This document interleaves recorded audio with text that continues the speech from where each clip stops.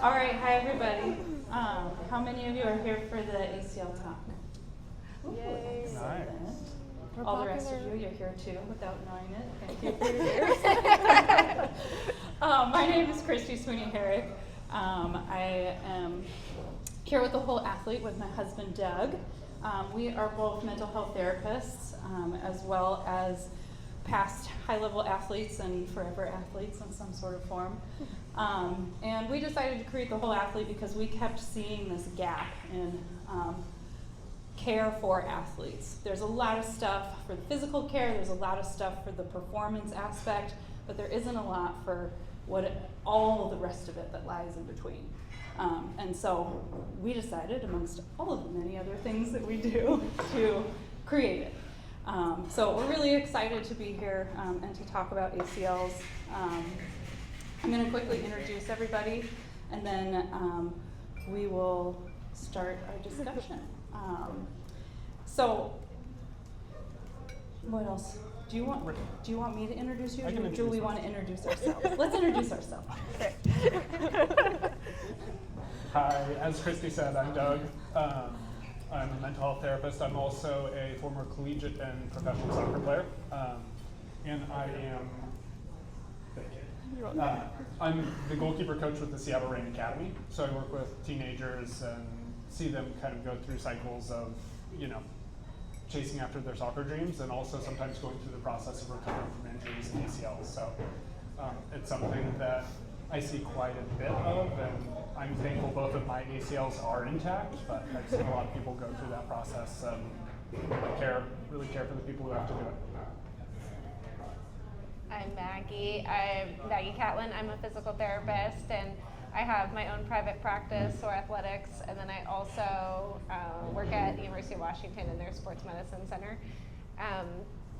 I was a collegiate athlete and very quickly decided I wanted to work in the world of athletics, and as part of that training, got the opportunity to do some research in ACL tears and ACL rehabs and outcomes, and that really spurred me forward to pursue that in my career. And so now I've been working with athletes, lots of injuries, but specializing in ACL rehab about 15 years in. So we've seen everything from young kids with ACL tears to adult athletes, and I was the head PT for Seattle Reign for a couple of years, so worked at kind of that high professional level as well. Okay. Hi, I'm Shae Holmes. I'm not as cool as these guys up here, but I play for Seattle Reign FC. This is my 4th season pro this year, and I went to the University of Washington for 5 years, so go Dogs. And there so I'm just up here for some experience, I guess. But I did 3 ACLs within a 4-year span, all within my college days. So I have a little bit of background in it, and I'm kind of excited to just talk through it with all these guys up here. So we've got some knowledgeable brains, souls, whatever you want to call it. But yeah, we're excited to talk about this tonight. So I'm excited to be here with y'all. Shae also, sorry, I'm going to say a little bit more about you. Okay. Shae also runs a business called Connected Comebacks. And just from what I have gotten to know about Shae, she's really passionate about creating community. And the business is trying to help athletes kind of find community through jewelry, but I think it's actually really, her passion is connecting with people. And I think that's a really lovely thing and super important for the process of recovery. So that's one of the big reasons we have her up here. Thanks. I would have not said that about myself. I know. All right, y'all. I already introduced myself on the topic of ACLs. I have also torn my ACL. I did it as an adult, as a whitewater raft guide, and I didn't know that I did it for 4 years. So Maggie is my PT as well. But I kind of have the experience, the adult experience, that's sometimes a little bit more complicated and wandering, and I'm still in PT all of these years later, and navigating it as best I can. So we got the whole spread up here. All right, so let's dive in. Why are we talking about ACL injuries in the first place? I think ACLs are probably the most common major injury that occurs, especially for female athletes. It's not just a run-of-the-mill injury. We were talking with Shae earlier about stress fractures, and that a broken bone is actually so much more straightforward and easy to heal from than the 9 months to a year beyond that an ACL or a knee injury can present. So it really drastically impacts our lives. Immediately in the moment when it happens, throughout the year, and then when we go back to our sport. And that it's not just disruptive physically, it's disruptive mentally, emotionally, it's disruptive to our routines, it's disruptive to our friendships. It's a really big change. And it can cause a lot of struggle. Now, this all is happening at a time when we need to focus kind of all of our energy and resources on recovering. And there is a lot of research that shows that caring for one's mental health and the quality of one's mental health is a predictor of how well we recover from injuries. And it is also a predictor of whether we get injured. And yet, there's so little resources for this. So we want to talk about that to resource all of you and everybody else who's going through this process to have that support because it's really vital. So we're going to talk about this in kind of like 3 separate sections. There's going to be overlap, but we're going to kind of delve into the injury itself, the PT process, and then returning to your sport, whatever that might look like, and all the different things that kind of come up within that. So let's talk about the injury itself. I'm going to send it over to my lovely panel here. What do you think is the most impactful part kind of the immediate ACL injury experience?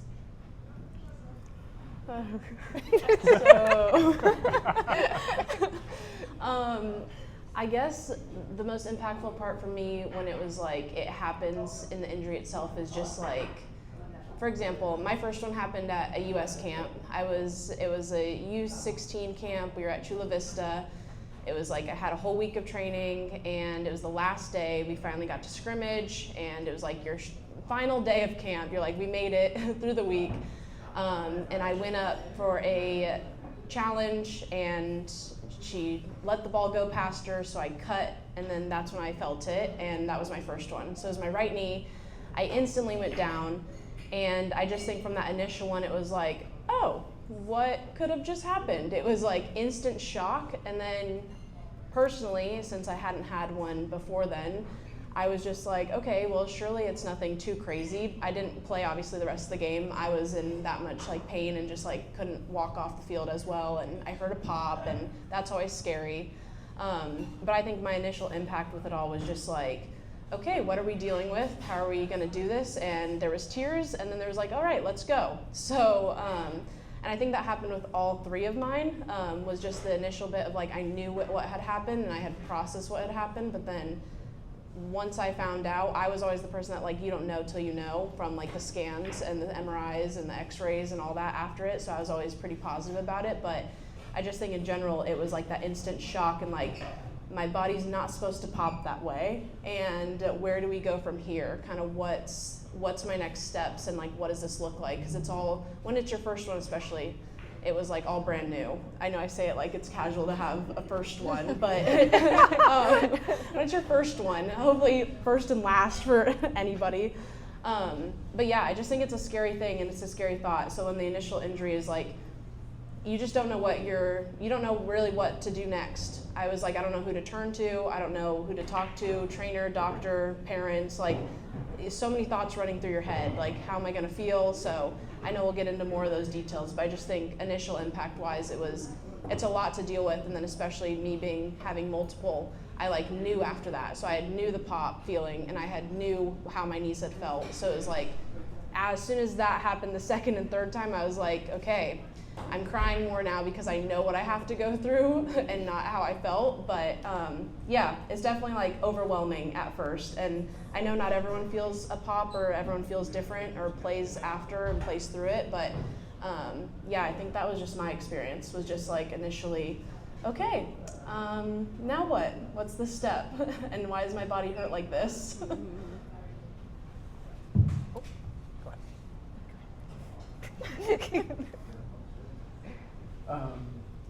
So some people have the experience of the pop. Some people, don't find out until they actually get a scan, and they spend, I think for youth athletes, sometimes they have to go into a physical therapist and go see a doctor, and it can be weeks and weeks, and they're waiting to figure out, get answers for what is actually happening, and all of that.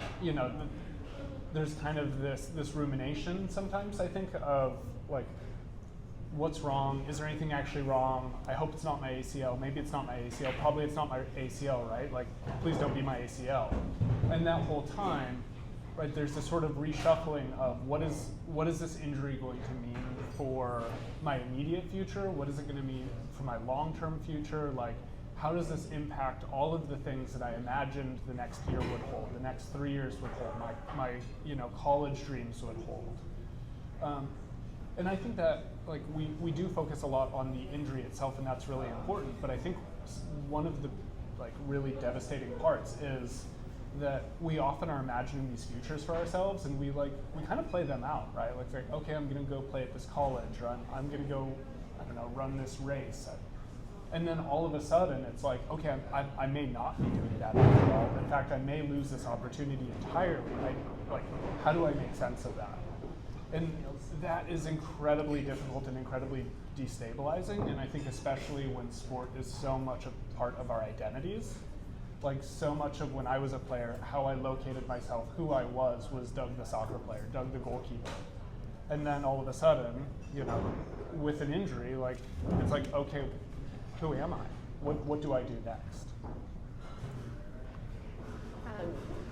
We both kind of spoke. We really see a really wide range of reactions, having been on the field when this has happened more times than I would like. We do get a really wide range of reactions, and it can be anywhere from denial. It could be somebody that kind of suspects it right away and is ready to kind of face that challenge. And then a lot of times there's somebody that knows that it happened right there on the field, and they're already crying. And that's a really difficult one as well. And that's a very normal, I just add that to what that experience is sometimes like, because oftentimes it's a teenage athlete, but sometimes older. And you can see that those dreams that Doug was talking about are just melting away in the first 5 minutes. We haven't even gotten off the field yet. And that can be an incredibly tough time, and a time when there's not a lot of support around the athlete, and quite frankly the athlete gets shuttled to the sidelines and everyone keeps playing. So that can be a really, really tough transition, and I'm really glad that we're here to talk about that mental health side, because addressing helping that person in that moment, helping them get to the next stage is really, really important. Yeah, and just to add another element to it is that I had the unique experience of not knowing I had torn my ACL for 4 years, and I did not believe the PTs when they told me I actually went for a second opinion because I was like, you're incompetent. So I had the experience of being pretty functional without an ACL, and then having the surgery and being much less functional than I was before I had it. And that was I was not prepared for that reality at all. I thought it would just be okay, we'll fix it and then we'll carry on as usual. So I think a lot of my reactions came after the fact. And kind of like you were speaking to, Maggie, there are so many different phases and possibilities of how this can play out. I think a lot of people experience the same feelings, not in the same order at the same time. They can play out immediately, they can play out a year later, whatever, right? But I think there is a lot of commonality. And yet, it's something that we all go through really alone a lot of the time. and feel really isolated in, and like we're the only one that's struggling with this, or the only one that can't, figure this out, or the only one that feels so discombobulated by it. So I kind of nodded to this myself, but I'm wondering, like, so Shae, you kind of spoke to like, this is how I felt immediately. I'm curious what you all have seen, experienced as far as, okay, once someone kind of wraps their head around, oh, okay, this is what's happening. What are the big changes? What are the big impacts? What's the hard stuff that comes up once it's kind of like, okay, this is what's happening? You want me to start again? Got you. Well, I'll just talk through all three of mine for that question, because so my first one, like I alluded to, I didn't know, and also I guess it's a good point to add as well, is growing up, all of my teammates around me, or just people I knew that had torn their ACLs before I did, they had a certain body type, and it was like very lanky, like skinnier soccer players, just like maybe more of a forward or like midfielder, just like that type of body. And it was just like, I was stronger, I was taller than a lot of my teammates, like naturally I'd always been, and I was just telling myself like, there's no way someone like me who's as built as me, and I'm a defender, and like there's no way someone like me could tear my ACL, like I'm too strong for that kind of thing. Like so that was kind of like a thought that was always like, I didn't think it was even possible for me in general to basically go through an injury like that compared to other athletes around me. So when that first one happened, I think I just never thought it was, but I was like, oh, like, because the trainers, they test it on the field, and they're like, okay, like, we're 90% sure it's your ACL, but I'm like, yeah, but we'll wait to get it tested. Like, we'll just make sure, we'll be positive. So I think for me in that sense, that first one was like, I was waiting for that first answer of the doctor to tell me, and my dad's a physical therapist, and my mom's a massage therapist and acupuncturist, so you might be asking why I ever had 3 ACLs. The mystery is still out there.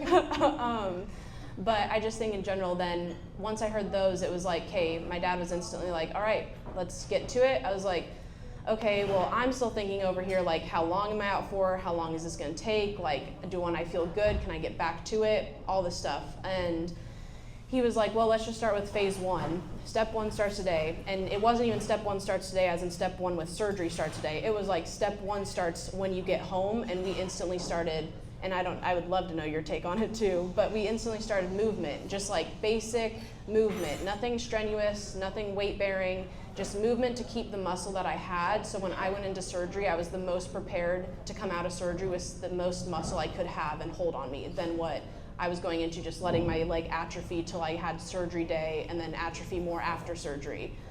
My second one, so I used my, and I'm sure we'll get into this as well, but I used my right patella for my first one.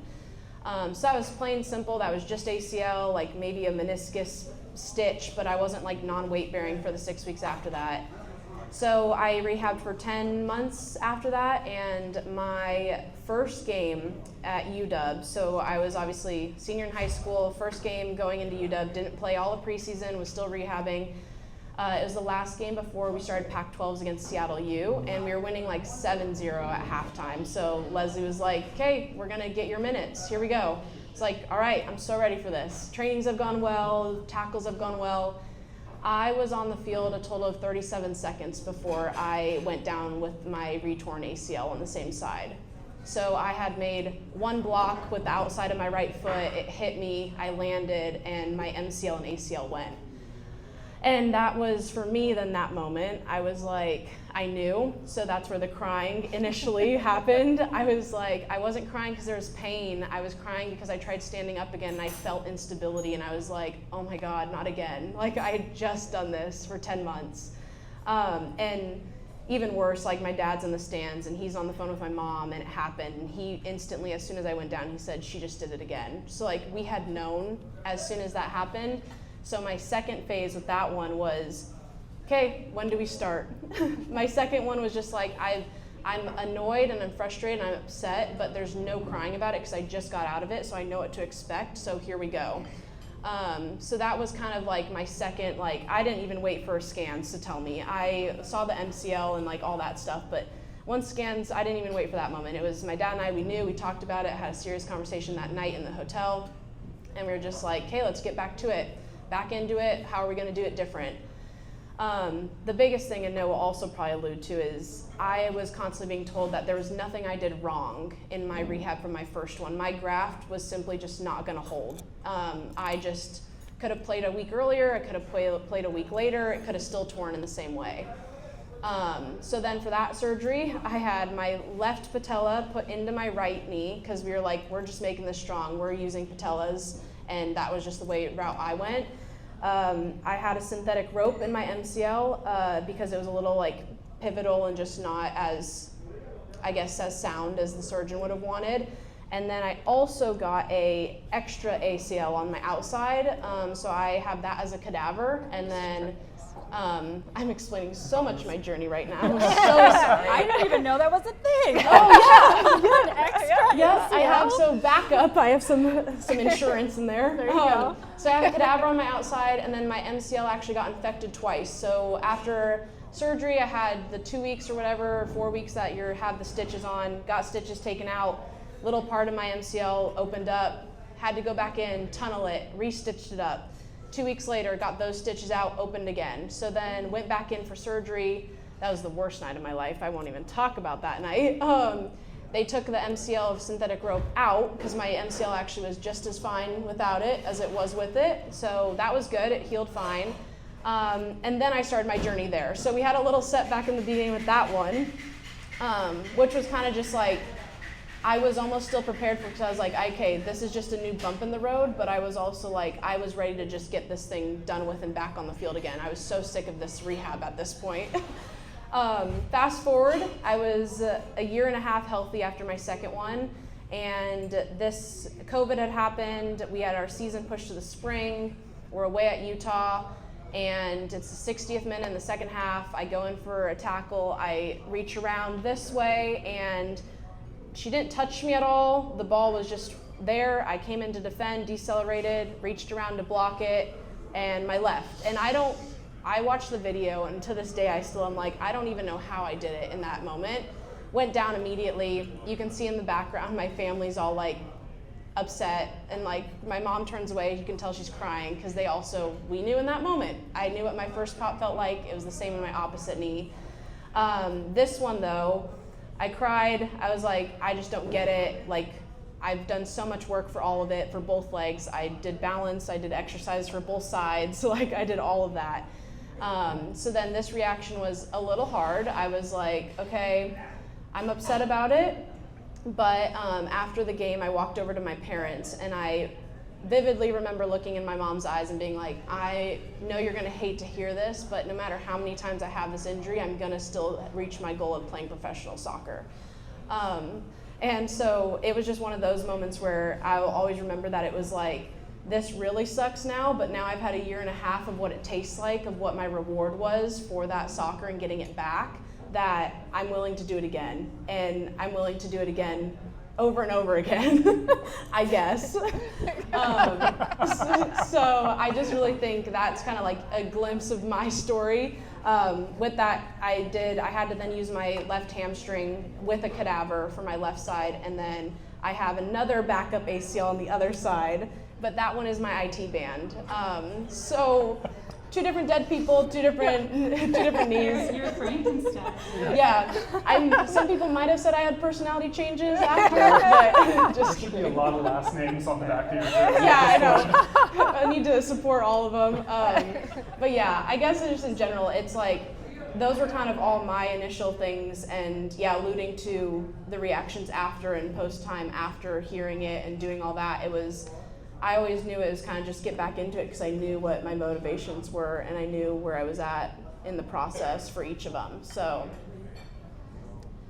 Yeah, I mean, I think one of the things that you are speaking to, and that we see a lot, and that I have experienced too, is these questions of like, it doesn't make sense. Why me? How did it happen then? Like, and this as athletes, I think we're really used to having control over our bodies and ourselves and our destinies.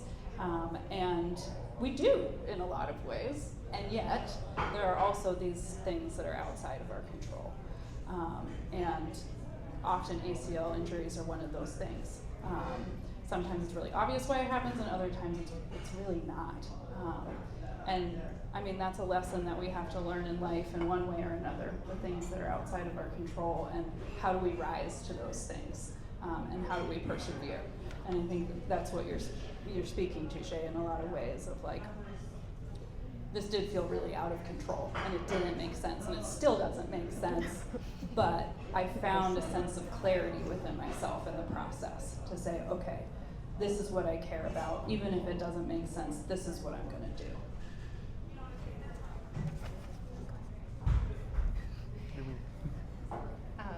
You're very fortunate to have a PT as a parent, because your journey is not necessarily what we usually first see the first time around, but it's the best way to kind of do it. Unfortunately, most of the time when there's an ACL injury, unless you're surrounded by an athletic trainer, typically an athletic trainer that gets you going, there's a big lag time between the injury and the imaging and seeing the orthopedic surgeon and getting to PT, and oftentimes you won't even get to PT until after surgery. And the primary reaction when people get sent to PT before surgery is a lot of questions about what's the point of doing these exercises? I just need a new ACL. And then we can get started. And as you alluded to, that really puts people back sometimes 1 to 2 months in their recovery because they lose so much strength in that time. And I would say that is the majority of cases. So we usually will see someone after surgery for the first time that didn't really do very much between the time that they got injured and the time that they had surgery, both in terms of physical, but also they're oftentimes still struggling, and we'll get to I won't talk too much about after surgery because I'm sure that's but I would say for a majority, they're that moment when they accept and they know that it's an ACL injury, the physical rehab usually isn't started yet. But there is definitely this period that starts right away across the board of, if you're a high school athlete, it's, am I going to do this in college? Am I going to come back? If you're in college, it's, am I going to, it could be whether I want to continue with my sport in college. It could be concerns about if you're going to be able to stay on the team. And same thing at a professional level. So there tends to be a big soul searching at that point in terms of what do I want to do in my future? Where do I go from here? Oftentimes, unfortunately, alone. So yeah, I think that's a really important point, the soul searching point and the question point. And I think that applies to us adult casual athletes as well, too. I was never a professional athlete, and when I did my ACL, I just was someone who loved to be really active. And it took that away from me, and that was a huge part of who I was in lots of different ways. And I think that's one of the hardest things with these really big injuries is this questioning, a loss of identity, and a questioning of like, okay, who am I without all this stuff, and what do I do? And how do I feel like myself? And how do I do things that still feel fun and good and enjoyable? Because PT isn't always enjoyable. So I think that's and I, like you spoke to, Maggie, that happens at every level, I think, because we're tearing our ACLs because we're doing cool stuff usually. And so we lose that cool stuff in the process, and we feel like we lose a part of ourselves as well. And I think the self-doubt piece, which we've talked about a little bit, what if I hadn't gone into this tackle? Did I make a mistake? Did I do this to myself in some way, right? That's like adds on top of it. And like Christy said, we have so little control and so much of, like, I remember watching a video of one of my athletes tearing their ACL, and it was just like, it's sort of nonsensical. It's a movement that she's done over and over and over and over again. And yet, you know, in that one moment, something was slightly different. And it's so easy to doubt yourself. And that's like in the midst of already going through like what is a really difficult process if you take all of the emotion out of it. And I think the other thing that I'm thinking of is like you're losing community in that moment, right? Like Maggie's wonderful. I absolutely want to hang out with Maggie, but I'd rather hang out with my soccer team, right? Or like one of the ways that we regulate our emotions is movement, right? And I think as athletes, so much of like you have a hard day and it's like, I just want to go running. And now I'm having probably one of the harder days because, you know, I'm trying to figure out what does my future actually hold. And I can't do the thing that I've always done to kind of get me through that. And then I'm going to go hang out with Maggie and she's making me do hard things. Maggie's great. She makes you work. Okay, y'all, let's talk about the PT part of it, the recovery part of it. So we've had our kind of come to Jesus moment. This is my new reality. My new reality is I'm going to have to work really hard at this in a way that isn't necessarily what I want to be doing, but like Shae said, by gosh, I'm going to do it because I want to get back to it. But it's a challenging process. I think we know a lot. We're familiar with a lot of the physical challenges of it, but I'm also curious to hear what you all think are some of kind of the mental, emotional challenges of that process. So the whole process tends to be extremely challenging. Generally, not every time. Generally, the first one is the hardest. If people happen to have a second one, they kind of know what to expect. And I think the hardest thing about the first one is that patients really don't know. They don't fully understand what physical therapy for 9 months to a year, many times even longer, is going to look like and how important it is. So usually they've been given some sort of timeline of, okay, you have an ACL reconstruction, you'll be back at, they used to try to do 6 months, we found out that was a bad idea. So now it's usually 9 months to a year plus. But on the PT side, we actually rarely are going off of the time frames. There is some time frames for healing that we're considering, but most of the time we're looking at benchmarks. Did you get your full range of motion back? Where is your strength? What does your movement look like? And there's a lot of education to be done with the patient in terms of this is phase 1, and it's not really all that exciting. You're going to bend your knee a bunch of times, and it's really going to hurt, and you're really not going to get off the table.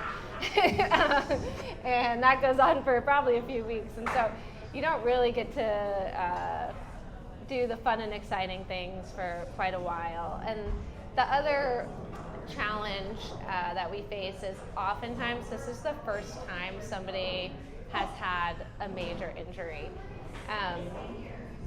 A lot of times I'll have people in the clinic, especially our younger athletes, where they'll have a strain or a sprain, and I'll tell them it's 6 weeks, and they're shocked. They're like, how do I wait 6 weeks to get back to my sport? And this time now I'm telling them, you gotta stick with it for a year, and not only do you have to stick with it, you need to come in and you need to work really, really hard, oftentimes harder than that person has ever worked, in terms of a physical exercise, in terms of squatting with weights, in terms of your gym workouts.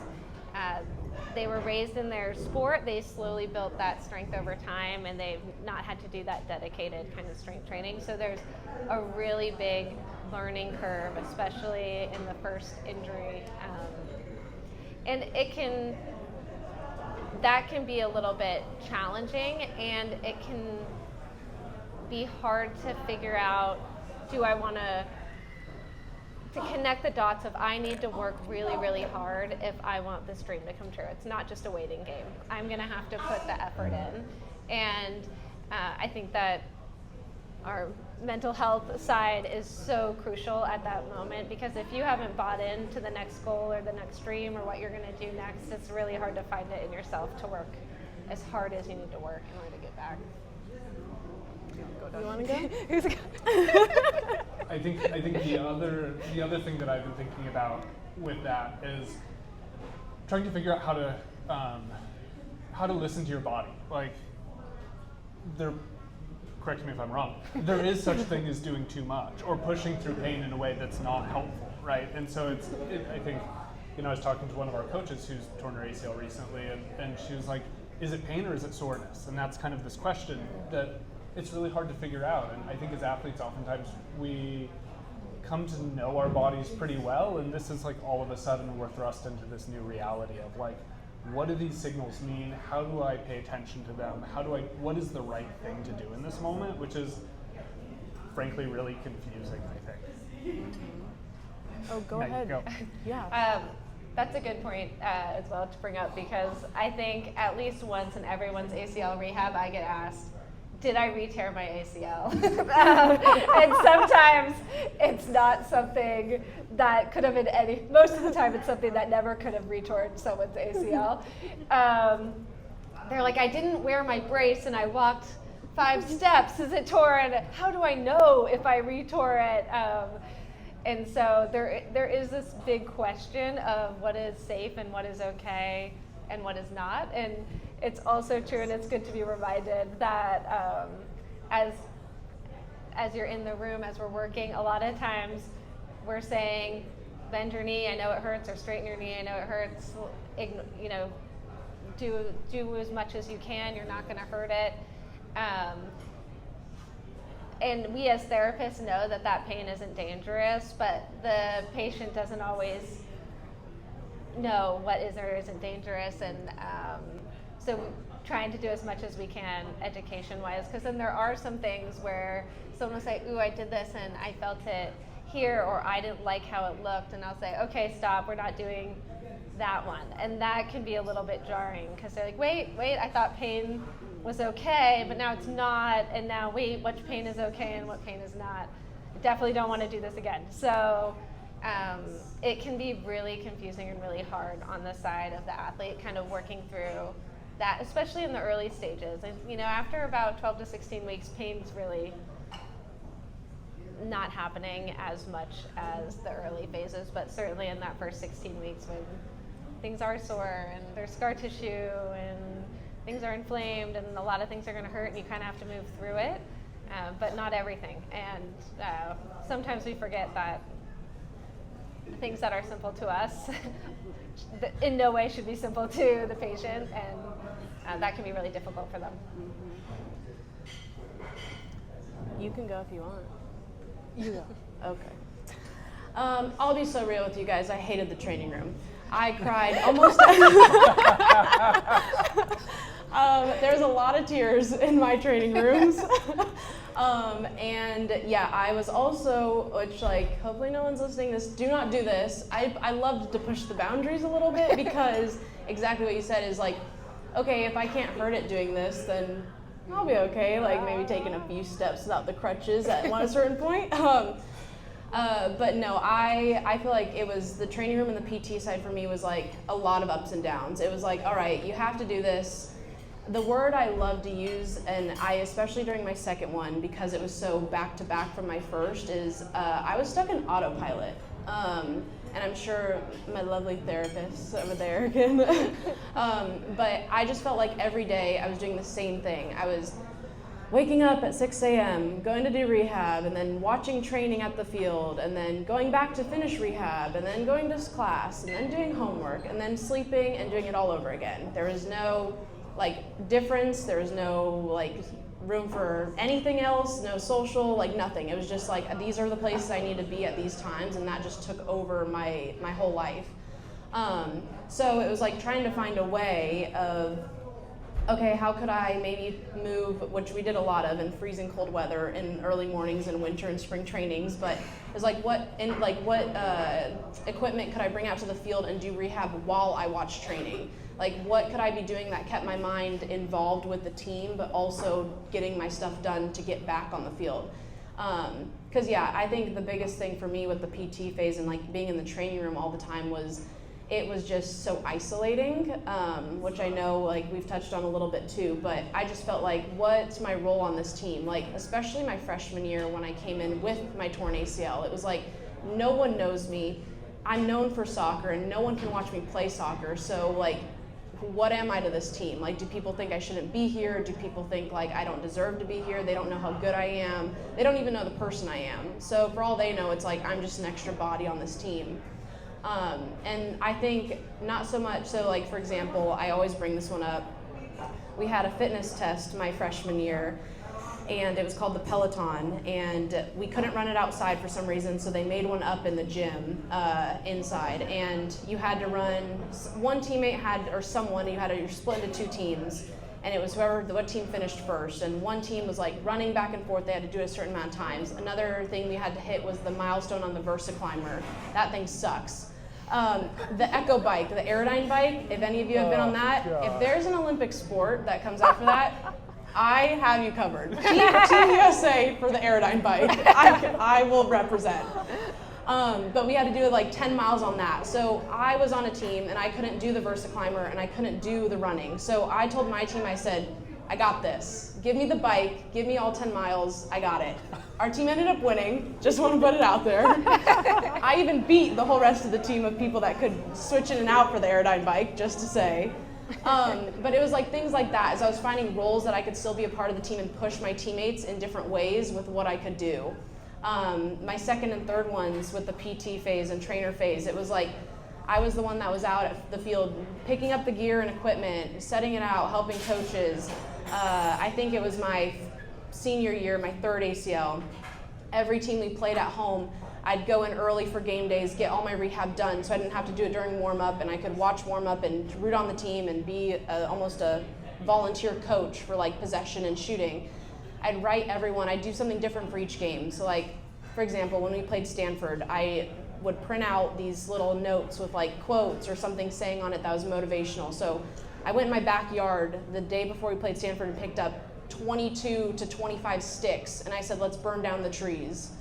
For Washington, for Wazoo, for Apple Cup, I got apples for everybody and put them in cups and said, this is our cup. So like I did that for every game just to be involved with the team at that point.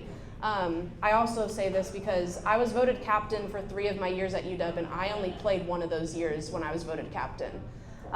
So I just think the PT phase for me was a lot of hard days and a lot of I don't want to be here phases, and doing leg lifts for 3 to 6 weeks when it just wouldn't move.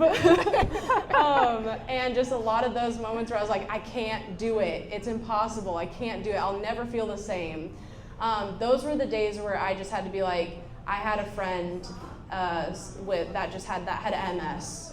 She got diagnosed, and if you don't know my story, look her up. She has her own nonprofit called MSI Impossible. She was the one that we were closest with because I was like, my life and this injury is not what she's going through. And I think we both inspired each other a lot in that phase of like our college careers. Because it was just one of those things that like, I'm gonna get through this, and she was with me every day pushing it, and then she had something that's living with her long term, and mine was just a 1-year thing. So I think once I also hit a lot of perspective on those days, and we talked a lot about it's okay to not be okay. Like, it's okay if my 100% that day was 70%, but I gave my all for that 70%. And yeah, like you alluded to, like reading your body. Like the days I really hurt and I was really sore, we adjusted PT, and did those days feel like days that I got behind because I missed a hard day? Yeah, of course. But those were actually the days that pushed me forward in the end because I actually listened to my body and took those days off, which nowadays, once I got drafted to the Reign, helped a ton because I knew exactly how my body felt. I knew from doing it in those phases of the process that I didn't feel something right, I need to step out. I would have never done that. Past Shae would have never stepped out of a training session if something hurt. Now it's like you got to play it smarter and just be like, this is what I want for longevity and this is how I feel.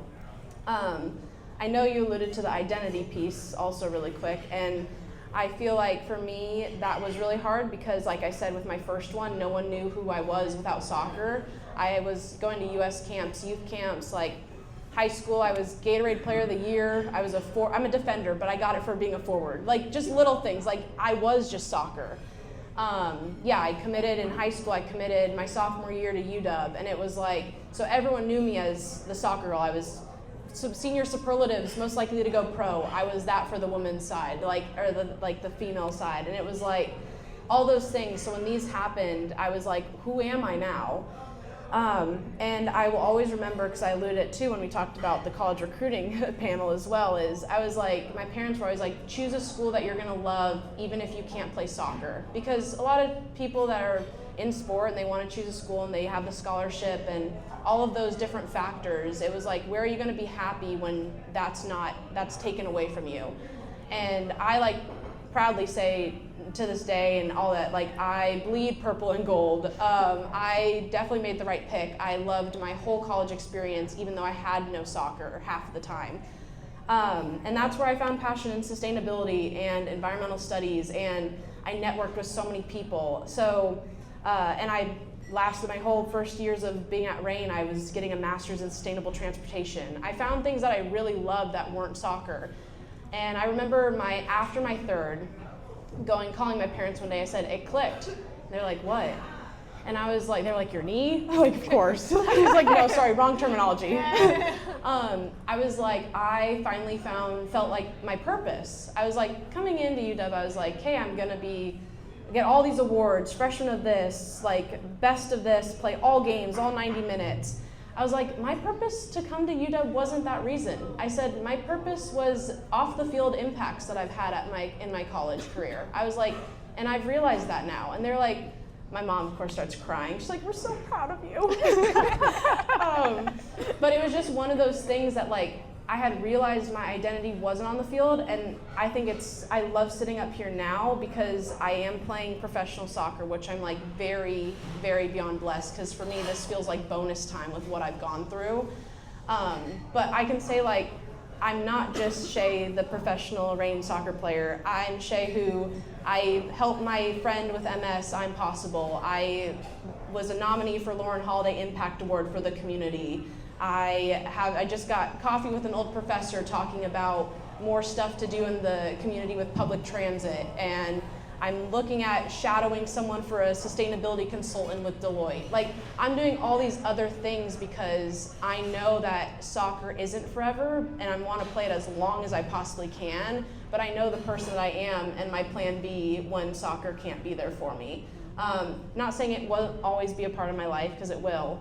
But I think the biggest thing that we have talked about up here a lot is what that looks like without it, and I think I've really found that, and I love it to death. And I would again go through another ACL, knock on wood, to still play this sport. But I do this process and PT process and everything has now gotten me at a point in my life where nothing seems as hard, or my motivations, I always know what I hold on to, and yeah, I know who I am on and off the field. So that was my answer. Beautiful. Okay, I have some things to reflect on, and then I think you have a good segue here, Shae. But backing up a second, I want to speak to, as we were preparing for this talk, just what you shared, Maggie, was super validating for my experience. And I've never had anybody say that before. And I was like, oh, that's why this has been so hard. Because, I grew up, I was a runner, and I started when I was how old? 10, and I just was good at it. So I kept on doing it, and I got better at it. And it came very naturally, and I think that's the case for a lot of us athletes. We do work hard, but also in a way that's oh, I'm good at this. Let's do this, right? And trying to recover from this ACL has been one of the hardest things physically I've ever had to do. And so I think knowing that up front would have been so helpful. I don't know if you can really know it until you're in it, but I think knowing it is just very validating.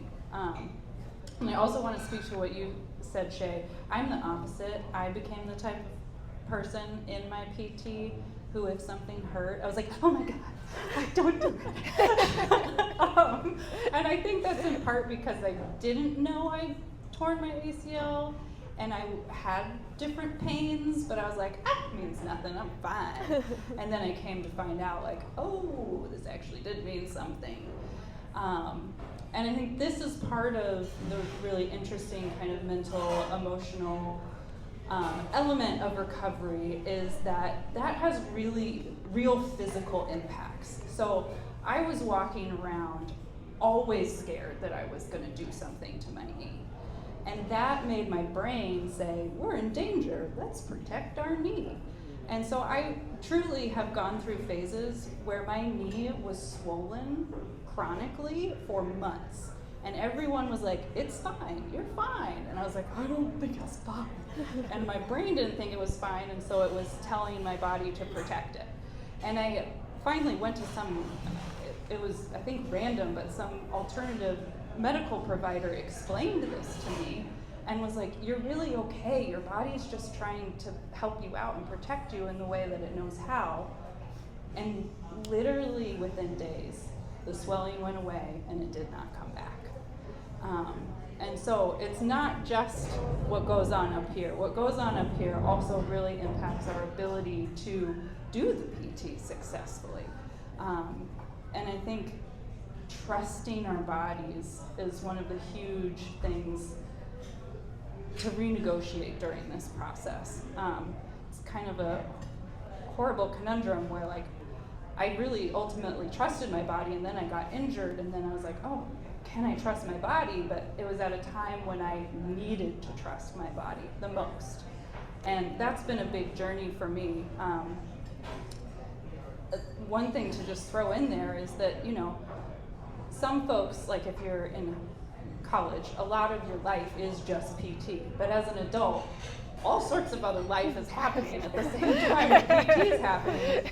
And I had the very bad misfortune of having some bad medical issues happen that had nothing to do with my ACL, but at the same time I was trying to recover from my ACL. And it made it so that I literally could not build muscles, which is a problem when you're trying to recover from an ACL, it turns out. Shout out to Maggie. Yeah, and Maggie, my PT, is the one that figured out what was going on. Forever grateful. But just to say, it's complicated. And it's wonderful if you can fully dedicate yourself to it, and not all of us get that luxury. And so there can be a lot of twists and turns and ups and downs, and it can take a lot longer than we might want it to or anticipate, just because life is complicated. So one of the things that I was referencing that you were talking about there, Shae, is I do feel like we've been a bit of a Debbie Downer here for a lot of talk. But Shae, you were starting to speak to some of the sweet things that can come out of this. And I want us to speak to some of the sweet things, and also some of the things that we can learn, the things that we can gain, and also maybe some of the things that we have found or we have seen help support people through some of these struggles. And I think that's the thing. If all of this just happens without any support or intention, it is a struggle, but it doesn't have to be all doom and gloom. It can be a process with ups and downs, but also a lot of really valuable ups. Do you want to go? Maggie? Now that we've all talked about how boring and awful PT is, I'm going to put a shameless plug for PT in here. As hard as having something like an ACL injury is, there are a lot of positives that have the potential to come out of it. There's not very many times often in our lives where we have to stop and rethink about what our goals are in the future, especially in the teenage years and in the early college years, to really think about what do I want to do long term, and to have that moment to pause. And that certainly can give us purpose and drive us forward on the mental health side. But on the physical side as well, this is often a time when athletes can learn some really valuable tools that can spur their performance going on long term. I was a gymnast. I was an athlete growing up. I was a gymnast, and fortunately never had an injury longer than 3 months, but unfortunately understood nothing about strength and conditioning until I went to college. And some of that knowledge would have been greatly beneficial to my own performance. So I do think that we've going through this process and learning, like, how do I build muscle? How do I build power? How does that relate to, how does this exercise in the gym really translate to what I want to do on the field, is super valuable. And a lot of times we see athletes come in and they've just been doing the trainings with their teams. They've never really put a lot of thought or value into strength and conditioning. And once they understand that process and what we're trying to do, they can carry those lessons. A lot of times they carry those lessons forward with them, and it really elevates them to the next level. And so we'll talk about with our athletes, you know, we want you to come back stronger. We want you to be a better athlete when you go back on the field than you were when this injury happened. And there's a lot of truth to that. A lot of people come back much stronger than they were going into the initial injury. And that has to do with this process of learning so much about performance and your body and how physically to get yourself to those goals. Yeah, I'll jump on that a little bit. I'm going to start a little bit down. Sometimes as athletes, we don't recover in the exact same way that we were before our injury. I think that's probably often the case.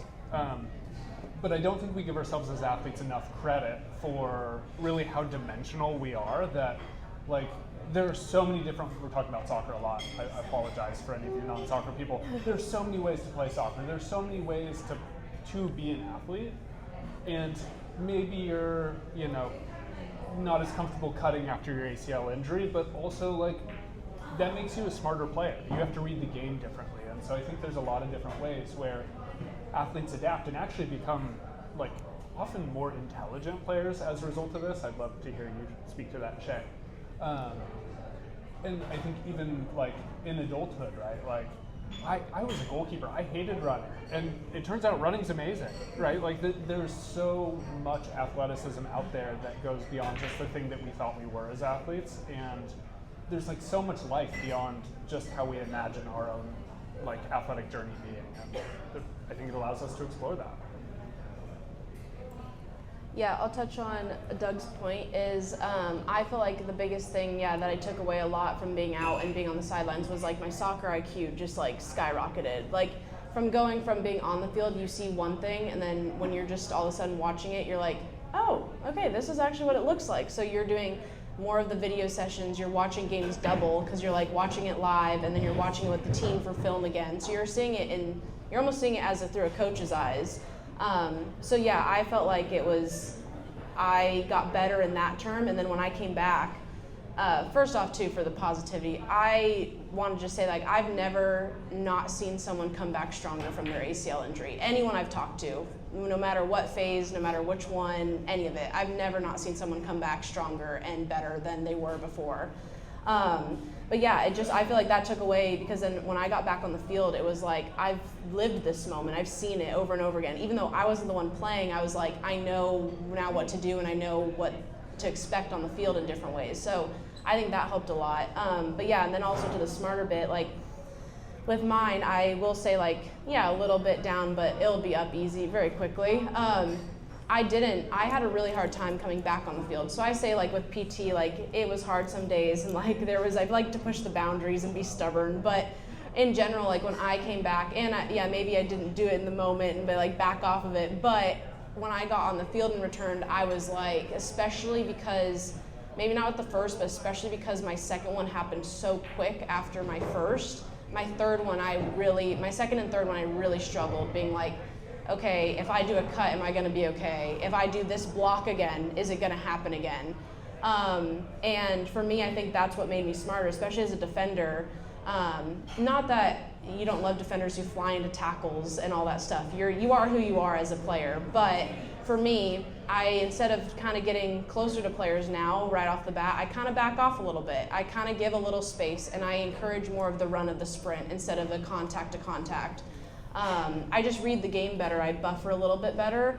Blocking now, I can tell you that I've gotten better at the footwork that requires to block with the right side of the ball. I'm left-footed, so I play on the left side. So like when I'm blocking across, I should always block with this foot.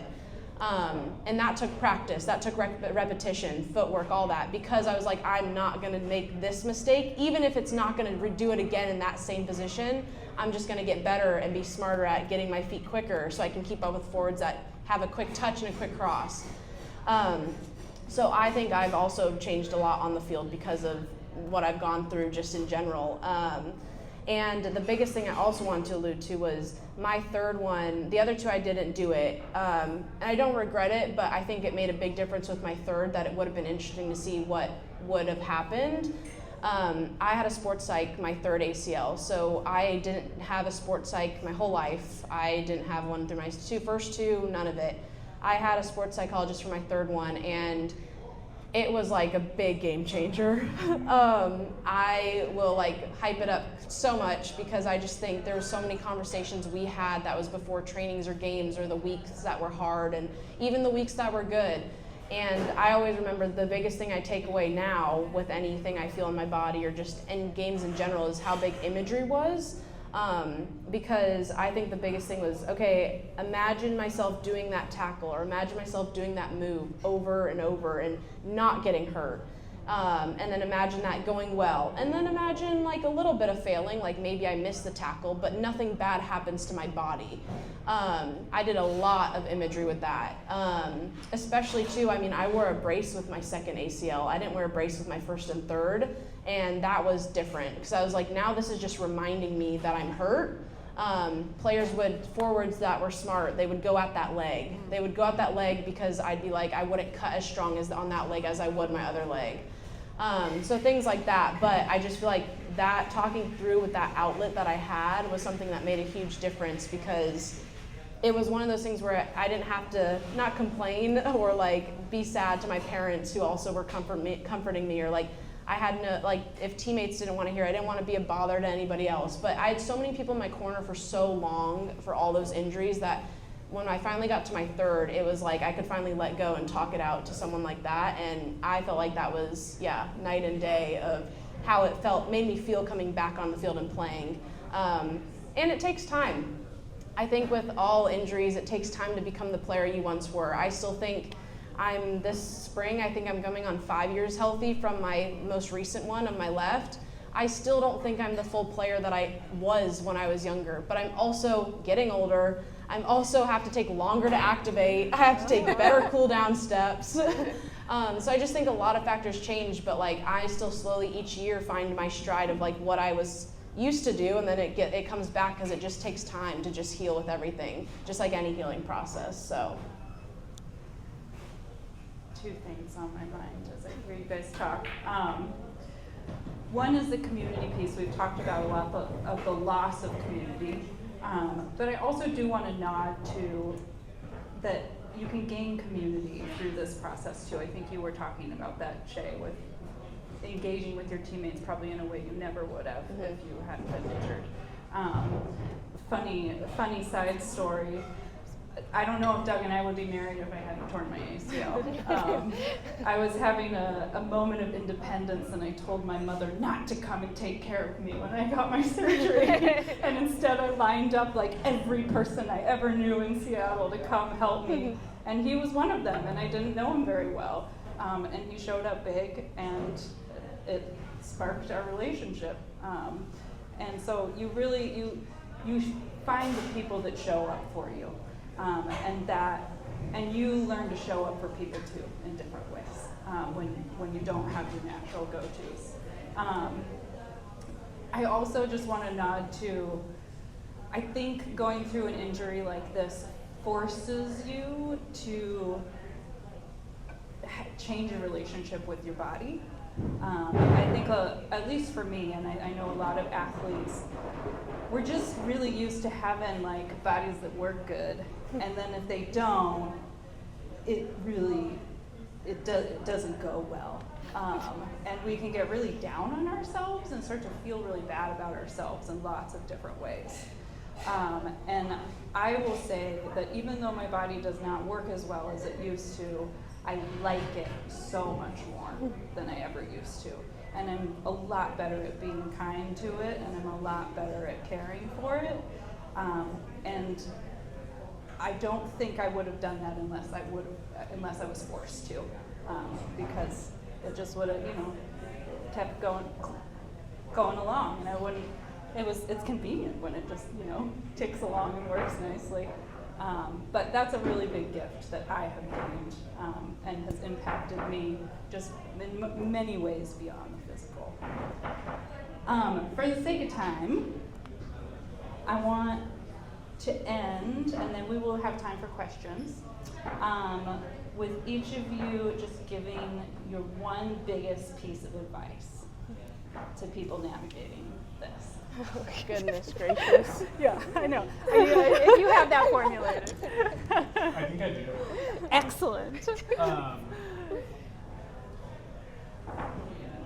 It's not, this is kind of on brand for me. It's not super practical advice. But like, I think recognition that every ACL is different. And so comparing your ACL injury to someone else's ACL injury is not necessarily a super helpful thing. And at the same time, there are commonalities to it, right? And so it's sort of the importance of figuring out, okay, what is my story in all of this, and how do I hold on to my story and not, look at someone who was able to get back on the field after like 7 months and be like, I should have been able to do that. What did I do wrong? Like, you did nothing wrong. Probably you actually did a lot of things right there. But also like leaning into community, right? Like I think one of the things I've heard in my time in soccer over and over again from people who have torn their ACLs is like talking about their like weak leg and looking down and not recognizing their quad because they're like, it's so, like it looks so weak compared to what I'm used to it looking like. And I think that could be a really isolating thing if you think, oh, that's just me, I'm just going through that by myself. But that's not, that is a phenomenon that people experience. And so like finding community and finding other people who really understand is such a benefit. And yeah, so endorse finding community. You got it. I'm not ready yet. Then I got you. I'll try to say something different too, because ditto, right? That's why I went first. Yeah, I know, exactly. No, I think my biggest one, and I know I've said it a lot, but I think my biggest advice is kind of like the theme of like, it's okay to not be okay. And kind of like, I guess it goes with the different battles of stuff, but it's okay to, I guess, accept what's really going on and how you really feel about it, but then kind of where do you go from there? Obviously, we thrive in more of our comfort zones, and I think injuries have a lot of uncomfortable situations and new experiences. The quote I'll give with "It's okay to not be okay" is, I think one of the things I took away from all my injuries was, one, I don't regret my journey for one bit because it got me to where I'm at today, and I would do it all over again, which is probably insane to say or sound, but I think my favorite quote is that an arrow can't hit its target by just being attached to the bow. It has to be pulled back to launch forward. So I think I took every day that I was not okay as a pulling of the back of the arrow to actually get me to where I wanted to go and be released. That's one of my favorite quotes that I love to talk about with injuries. Because yeah, it's one of those things that it sucks, and yeah, like we've talked about at the very beginning, sometimes that's out of your control, but it's kind of like, my motto I had, which I'm surprised I haven't said that yet, my motto I created for my first ACL was positive vibes only. This is actually my first necklace I made when I started Connected Comebacks, and I used the stamps positive vibes only on my first necklace. I stuck that with me just because I was like, every day was an attitude choice. And yeah, even when I wasn't okay, I still was going to give my all. And so I accepted it when it wasn't good, and we went up from there. So I would say it's okay to not be okay. Okay, I got one now. I hope that took long enough. I was kind of trying to be like, are we good? Inspired We it. keep I got it. keep talking. Mine would be to resource yourself with what you need. So find the PT or the athletic trainer that works for you. The person that you can connect with, the person that motivates you, and find if you need a mental health professional, find that. If you need a personal trainer to help you on those hard days when you just really don't want to go to the gym, find that. There's so many resources in our community, and this is a really long road, and it doesn't mean anything negative on you if you need to reach out and have someone else kind of help you along the way. So don't kind of stay stuck. Resource yourself into the community. Beautiful. The one thing I would add for my advice is believe in your body. Believe in its resilience. Believe in its ability to heal. Our bodies are pretty amazing at the end of the day, and it might not be doing things in the same way that you used to, but all of that is still in there. And your body is very capable, and it is capable of healing.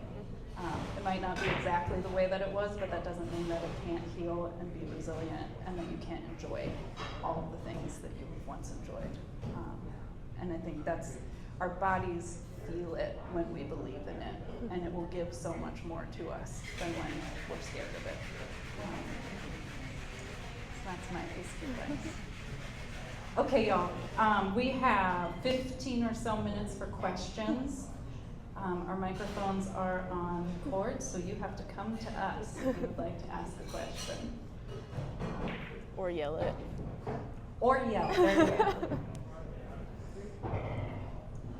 As a PT, what's the best way that we can, within our scope, kind of open conversations, or just try to do all the things that you guys are saying as a therapist, but as a PT, what's the best way we can approach that? Yeah, that's a great question.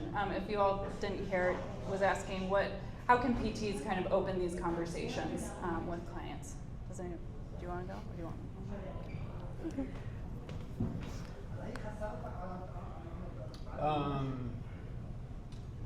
One of the things I often do is start sentences and leave them with ellipses. So I'll say something like, gosh, it's hard to not be able to be on the field, and just leave space and see what happens. And I think oftentimes that space, someone will fill it, because they're often looking for an opportunity to actually speak to that. So that's what I'll often do with the athletes that I work with. One thing that I will often do in a lot of different ways is, I think information is really powerful, and I will often lead in with I don't know if this resonates for you, but this happens for a lot of people, as a way to not be I think you're not trusting your body, right? Instead you can be it's really common to not trust your body. I don't know if that resonates with you, but it could, and here's some things we could do with that, if that's coming up for you. I think also, again, just very gentle conversation starters, I think, is really helpful. And it will also say, as PTs, your job is the physical part of it. And part of what we are hoping to do as a whole athlete is provide resources for what PTs aren't trained to do. And so if there is something outside of your scope, we're here for that too. We'll do some plugs at the end, but we have some groups that are coming up for folks who've torn their ACLs, both for adults and for teens, that's going to really delve into a lot of what we talked about today. That's what's coming to my mind. You got anything, Maggie? You don't have to either. No? No. Maggie has the same question. Same question. I have a question. Yeah. I'm a parent of a she's about 4 months and 5 months in. I feel like a lot of the coaches, especially when you're interested in like there's not a lot of education about how to prevent this, so it feels like you just kind of throw them back in. And so I'm just curious if you have thoughts on what the most important thing to continue is. Is it stretching? Is it nutrition? Is it continue to do the weight room and not just all soccer all the time? Like, are there thoughts about what are the best things to make sure you do when you return to sport to keep from weight? Can you repeat the question before you answer it? Oh yeah, go ahead. Okay. Just for folks who couldn't hear, she was asking, there isn't a lot of education about how to prevent ACL injuries or to try and help prevent re-injury. I'm wondering if there is anything. Yeah, or like the best practices to bring back once you start playing again. Yes, best practices for once you return to your sport. This question hurts me a little bit because we actually have really good data about what to do to prevent ACL injuries. And it's actually pretty simple. So you need to have a certain amount of quad strength. We can calculate it. It's a fancy number. It's 2.5 Newton meters per kilogram. That means nothing to any of you. But any PT in their clinic, well, I shouldn't say any.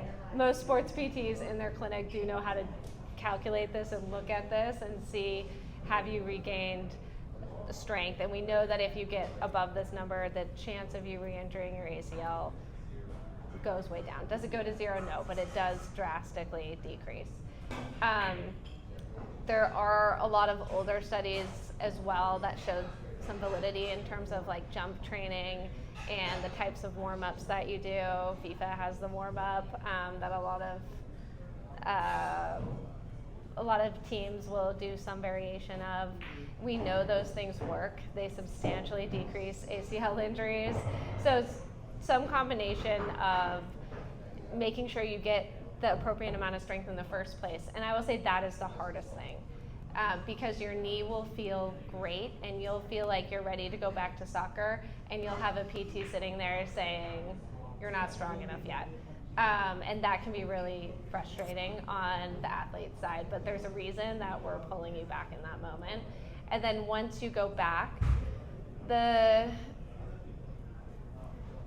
thing that is sometimes missed is the ACL. Then when you have your original ACL, there's actually nerve fibers within it that tell you where your body is in space. And when we recreate the ACL, you don't regrow those. So the mind-body connection of your knee and your brain isn't actually ever quite the same. And with that, what I've seen, I have no research to back this up, but I have done this for a long time, is the leg on the ACL side, the quad tends to naturally get weaker if you're not working on it. And so as you're going back to recheck in, am I maintaining all that strength that I built, or am I losing it over time? And then combining, maintaining that strength. There's also some hamstring numbers in there that are probably relevant. You probably should have 70% hamstring strength of what your quad is. Once again, a PT can measure these things pretty easily at our clinic. If you have the quad strength, you have the hamstring strength, and you do some jump training once or twice a week, you do the FIFA Plus workout, if you just hit those basic things, the risk of you re-tearing your ACL really plummets. So it's frustrating to hear because it's only, there's not that many things. And I would say, there are some people who's genetically, you're just gonna re-tear your ACL. There is some like inherent genetic risk to who does and doesn't. So just because you do all of these things, there's still some risk.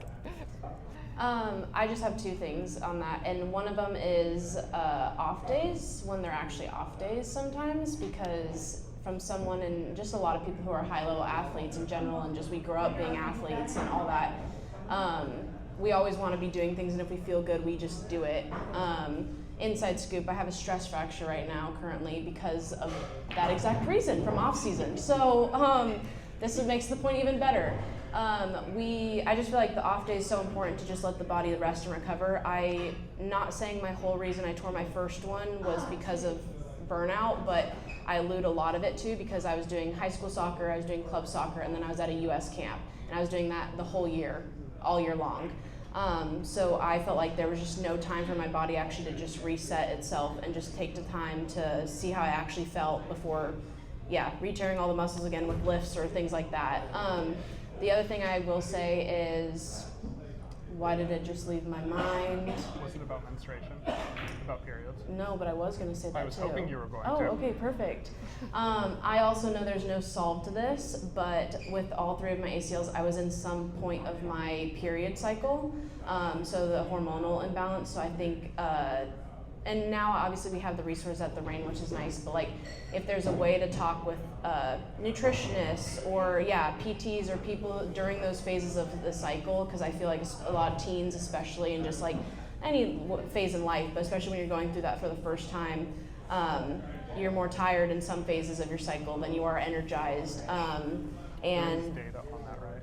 There's data. And there has been studies that have shown there's some correlations with stuff. I don't know exact numbers and what's been out there, but it's like that was just another thing that was just like, it's hard because you can't not play on your period, but it's like how then you can best prepare your bodies in those different cycles. So maybe fueling's different. Maybe I need a better warm up. But I would say, perfect, led me to what my other thought was. I would say my other thing was I still to this day, which people might also call me crazy, but if you know what the BFR is, the blood flow restriction machine, You still use I that? still do that to this day. I hate that machine with all my guts, but and I've had it on both legs at one point, but I still do that machine twice a week. So I actually we have 3 days on. This is just how our schedule is. It's however the flow, but we have a re-entry day, and then we have an intensive day and an extensive day, so small space and large space. On our small space days, that's when I get most sore in my patellas, and I do a 6-minute bike on each leg with the BFR on for just a recovery bike. Nothing hard, just a flush, and that just like keeps my VMO going. The biggest thing I found with my right leg was, like Maggie alluded to, is like it just starts to lose a little muscle and gets weaker naturally, especially that VMO, that muscle that like pops right here. My right side just way smaller than my left has always been from the 2 ACLs. And the second day I do BFR, I do the knee extension with the BFR. So 30 on, rest 30 seconds, 15, rest 30 seconds, 15, rest 30 seconds, 4 sets. Anywho, I stand by it. And like knock on wood again, but like I did that since coming to the Rain, and I have drastically seen a difference in my patella pain because I've had my VMOs be a lot stronger from that. So those are my 2 things.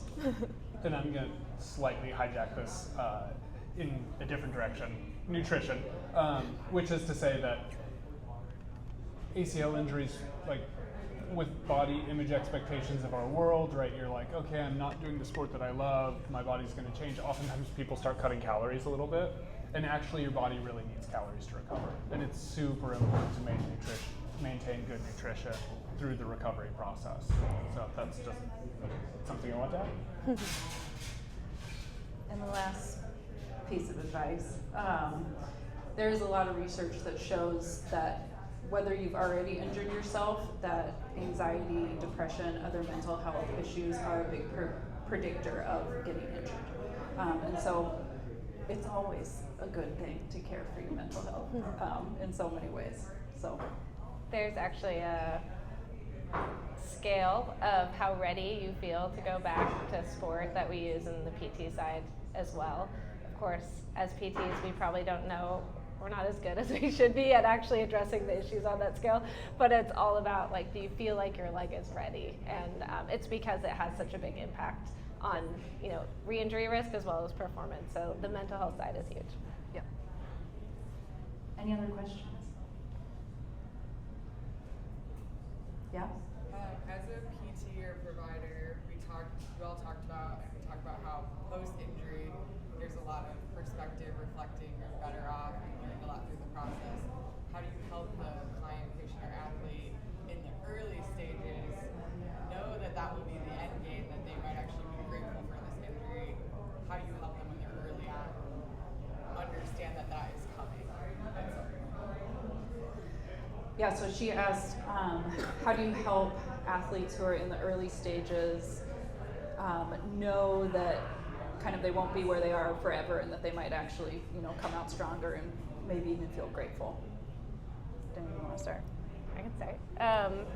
I do two things very intentionally. One, I like to map out the rehab process for them, and stage 1, stage 2, and make them not timelines but criteria, and then relate that back to soccer or whatever sport they're going back to. You have to meet, I'll say like, you got to be able to do a single leg squat before you can run, and you got to run before you play soccer. And so it doesn't have to be super complicated, but they can't see that in that moment. And so to just have it on one page of these are the things that we have to go through so that they can see the end game and see why they need to do that thing today. And then the other thing that I'm really big on is if there's somebody available that has gone through the process before to mentor that athlete, that can be so valuable.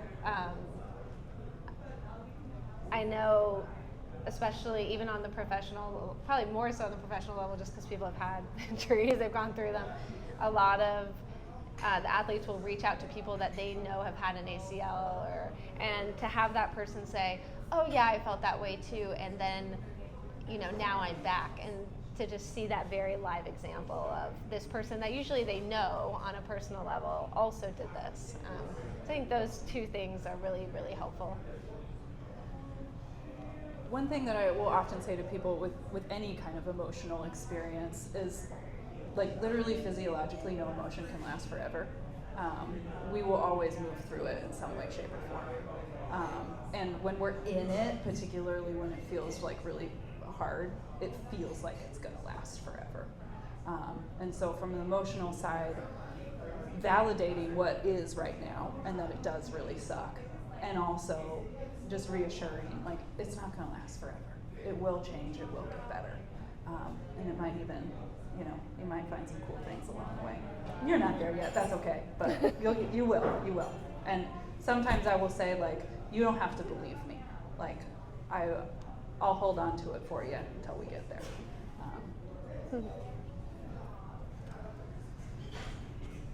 I got to work with an athlete who used this question that I really liked, and it's kind of like reality testing, basically. And you have to be somewhat regulated enough to reality test, but they said okay, when I start to get worked up about something, I ask what is actually true?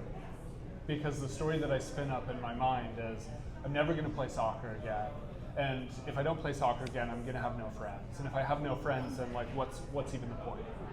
Why even do my rehab? And none of those things are necessarily true. So all we can do is work in what's true right now. So yeah, my ACL's torn. Yes, this is the rehab process that I'm in. And the rest of it is something that we're going to have to figure out as we get to it. Okay. Do we have any more pressing questions? We could do one more. We're bumping up on time. We're also going to hang out if you want to come up and ask Yeah, questions. and if you also don't want to yell it out, we'll be up here and you're welcome to come up and ask us anything and say hi. Okay. We'll wrap it up then. Thank you all for coming. We really, really appreciate it.